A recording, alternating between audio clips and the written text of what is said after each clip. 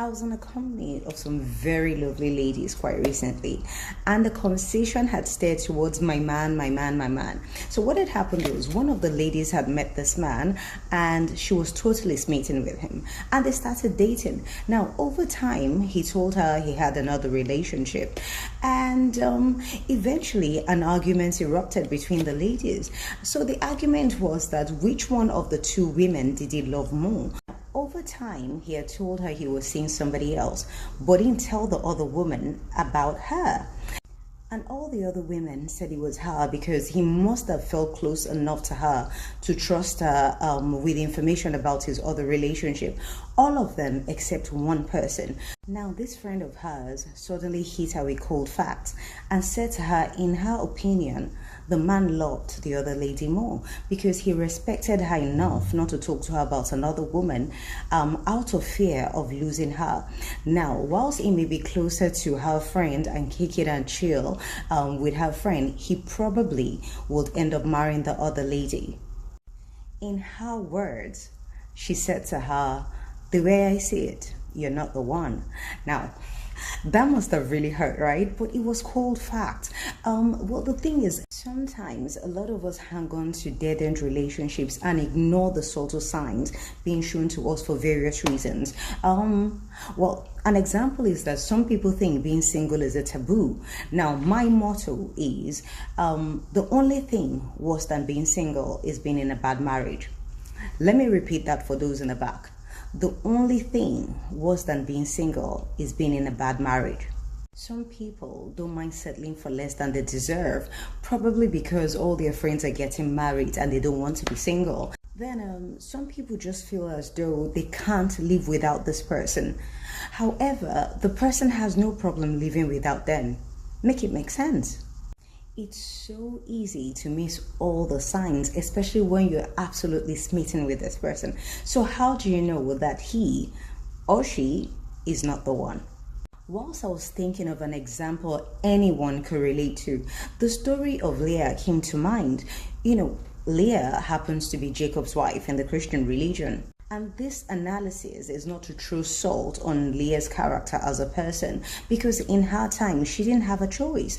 The difference now is that we do have a choice because we have the luxury of dating and courtship.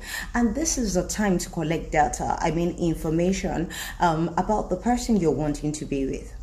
Let's do a quick recap. So Jacob had fled his hometown to stay with his uncle Laban. On getting there, he met Laban's younger daughter Rachel. He fell in love with her.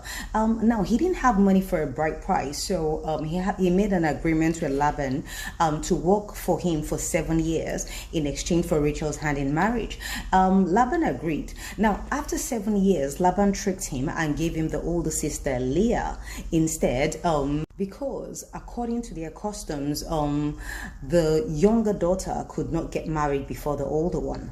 Now, Leah was referred to in Hebrew as Rakoth, which means tender-hearted, describing her as somebody who tends to a husband, desperately trying to capture his heart. Now, in modern terms, this would be called overfunctioning.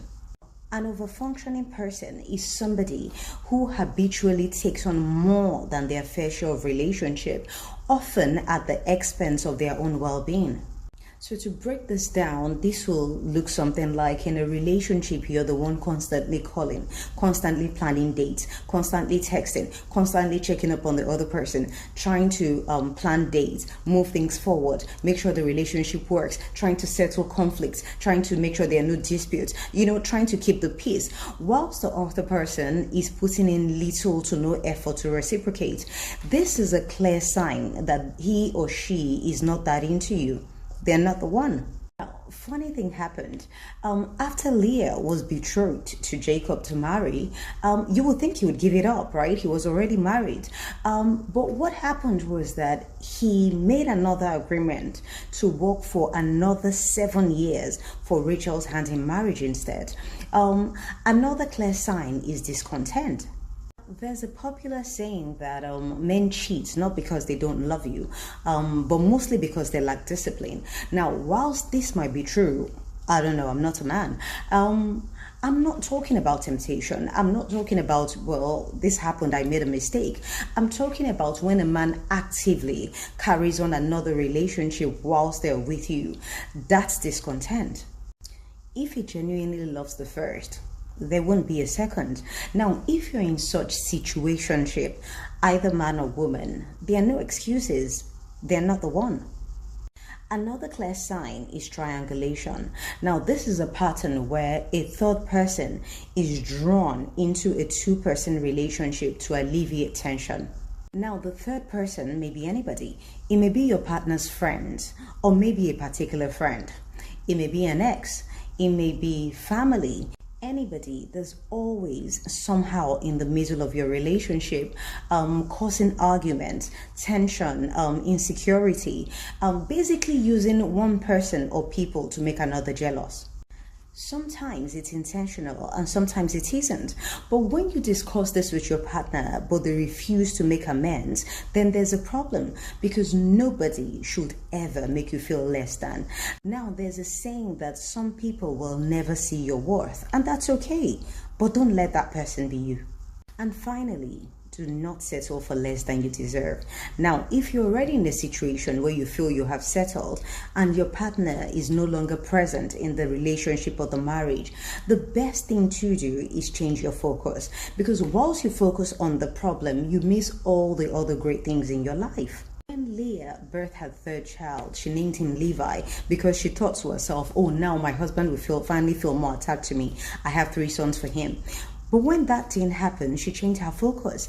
And when she birthed her 4th son, she named him Praise. And she thought to herself, this time I'll praise God.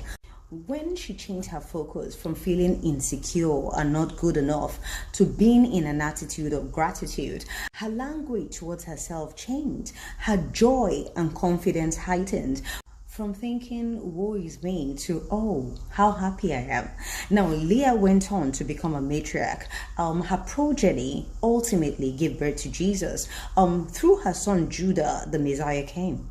There are no concrete rules or right or wrongs when it comes to matters of the heart. Nobody's perfect. We all make mistakes, but we do our best to also make amends. Now, if your partner, either man or woman, constantly makes you feel unworthy, it's time to snap out of the illusion and come to terms with the fact that they're not the one. Namaste.